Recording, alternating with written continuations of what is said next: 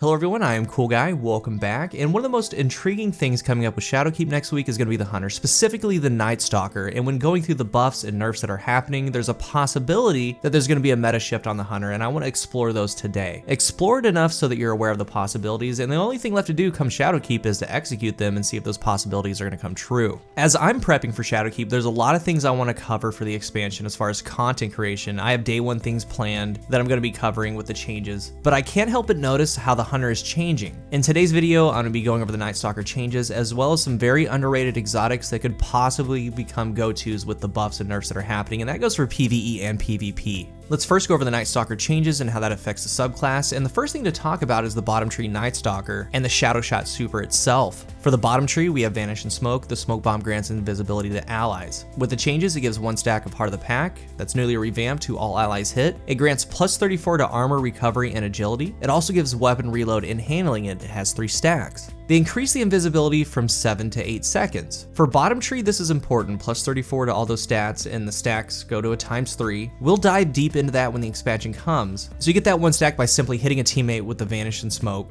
before an engagement. Next, we have Provision. Killing tethered enemies creates super orbs and increased agility, armor, and recovery for allies, so Heart of the Pack. And here's the coolest part for the bottom tree, the play off of the grenade in melee. Damaging enemies with your grenades reduces the cooldown of your smoke bomb, 6% per damage tick. And when we have it in our hands, I'm gonna go over all the grenades to find out what gives the best tick to get that smoke bomb back. And also, making allies invisible with Vanish and Smoke gives you grenade energy, 17.5% per ally. So with downing players with Movius Quiver grants Heart of the Pack. The new part is damaging enemies with grenades reduces your cooldown for your smoke. Then using that smoke, making your allies go invisible gives you 17.5% of your grenade per ally. And when you throw that smoke down, you're granting Heart of the Pack. It's sounding really good so far. The Movius Quiver super itself fires multiple shots, does massive damage to tethered enemies. They added the old Provision perk to naturally be a part of Movius Quiver. Killing tethered enemies grants super orbs, grants stacks, Heart of the Pack for allies. Expanded the range for Heart of the Pack from 20 to 30 meters. That's pretty much hand cannon range, that's how you think of that. That's a pretty good distance. And then the Shadowshot super itself for bottom and top tree, damage increase from 150 to 250. They improve the tether accuracy near obstacles, and suppresses on hit are more consistent. So Shadowshot can now one-shot and suppress better. We have a subclass here that wants you to Vanish and Smoke. The grenade and smoke bomb play off of each other. And remember with bottom tree, you can shoot the tether, run around a little bit, throw grenades, throw a melee, shoot your weapons, and then get off another Shadowshot. It has a real opportunity to become viable in PvE and PvP. So with that buff, we also get a nerf to middle tree flawless execution. True Sight now lasts 3 seconds, it used to last 9. Other nerfs involve auto-reloading. Titan Barricades don't auto-reload anymore, Warlock Rifts don't auto-reload anymore. They just give a buff to your reload speed. So all this collectively is important to how we use the Nightstalker.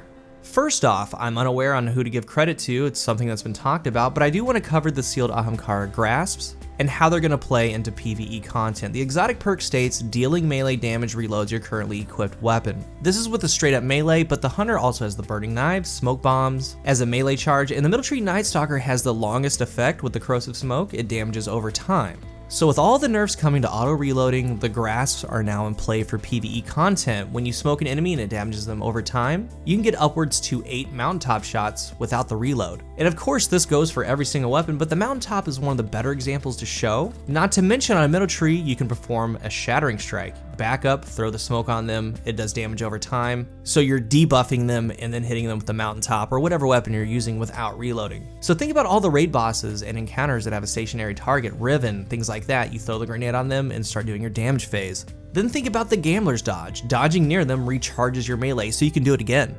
There are a lot of possibilities. The auto reload alone with the grasps will warrant usage. And when you're using middle tree for PvE, specifically with the Ahamkara grasps, for that auto reload capabilities, another thing to keep in the back of your mind when Shadowkeep is coming is that top tree tether is getting nerfed. We then start weighing the pros and cons, because currently when the tether debuffs an enemy, damage sharing is 100%, they're nerfing that to 50%, and that's an important number, 50% debuff.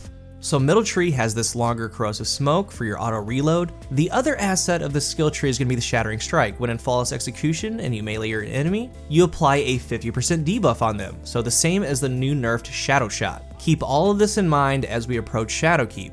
Now the second thing I want to talk about is how the Graviton forfeit comes into play in the Crucible. I really think you're going to start seeing this exotic. And there are already a lot of solid options for the hunter when it comes to the Crucible, Stompies, Dragon Shadow, the Guys, and Vest, especially if you're using Middle Tree. But with the Graviton, there are two parts to the Graviton forfeit. Number one, increases the duration of any invisibility effects, and number two, your melee recharges faster while you're invisible. So with seeing on paper what's coming, I really do think the Graviton has entered the chat because Flawless Execution on the Middle Tree got nerfed to 3 seconds. It used to be 9, so currently if you have on Graviton forfeit, Flawless Execution is bumped from 9 seconds to 12 seconds, 12 seconds of those wall hacks. Now I do believe that the forfeit is percentage based, we're gonna have to see all that, but Middle Tree mains, this exotic is probably gonna worth your exotic slot. It's gonna extend that 3 seconds. It could be to 4, 4.5, 5, or even 6 seconds. So if Flawless Execution is a big part of your neutral game when using Spectral Blades, as it should be, it's almost gonna be a must-pick option in my opinion. But it doesn't stop there though. The second part is your melee recharges faster while you're invisible. That brings up that reworked bottom tree into play. Remember, the whole tree wants you to play off of your smoke and your grenade. They also increase the invisibility duration to 8 seconds from 7 at base when you vanish in smoke. So you're going to be extending that to 10 or 11 seconds. You're invisible longer, therefore your melee is recharging more because of the Graviton forfeit. So playing into that subclass, I'm very interested to see how bottom tree is going to be working with Graviton. And this sub, again, now that the tether one-shots, it really has a possibility of being one of the top neutral game and overall subs in the game for the Crucible. It really does because it checks all the boxes, and the Graviton's going to make it that much better. And the third thing I want to talk about, again, with just how that bottom tree is working, is going to be the Frosties. Simply by sprinting, you get increased grenade, melee, dodge regeneration, and after dodging, that speeds up your sprint. So you're being mobile, moving around, using bottom tree, playing to the grenaded melee like it wants you to do, the Frosties could really become a solid pick for the bottom tree. We're going to have to wait and see with all of this. It is early, but honestly, it's never too early to start a conversation when it comes to things like this as far as preparation and keeping players informed. I do plan to cover it all when the content drops, but these are the things that I've been looking at. It does open up more, but we're gonna have to wait and see. Another weapon, especially for PvE, could be Lumina. With how bottom tree's working, giving Heart of the Pack, going into engagements with that plus 34, and it keeps stacking up to ×3. You get increased reloads, you get all these things, and you can shoot it out to buff them for more damage. And as a side note, with Flawless Execution only lasting 3 seconds, the Khepri Sting could become viable as well. I know a lot of players don't like it. I find a lot of value in them. I've personally used Khepris for a lot of 0 to 2100 comp runs, because in a 4v4, then especially when 3v3 comes, calling out opponents is invaluable knowing where they are. You'd have to weigh pros and cons. Since it only lasts 3 seconds anyway, the Khepris last a little bit less than that. But it's something I personally do plan on exploring when Shadowkeep drops.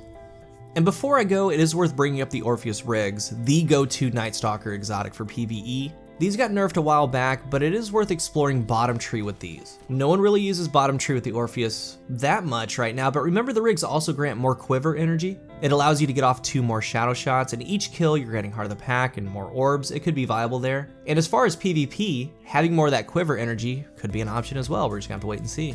I do think that these changes that are coming changes the landscape for Nightstalker, but in a good way, a different way. Going in, to me, again, the Graviton forfeit should rise, especially for Spectral Blade mains and potentially for the new bottom tree tether. It could be really good. We won't know until we get this in our hands, but it does make a lot of sense to me. If you're new to the channel, remember to hit the subscribe button. If you are subscribed, thank you so much for your support. What are your thoughts on all this? Let's talk about it in the comment section. Thank you for watching, and until the next one, I am CoolGuy.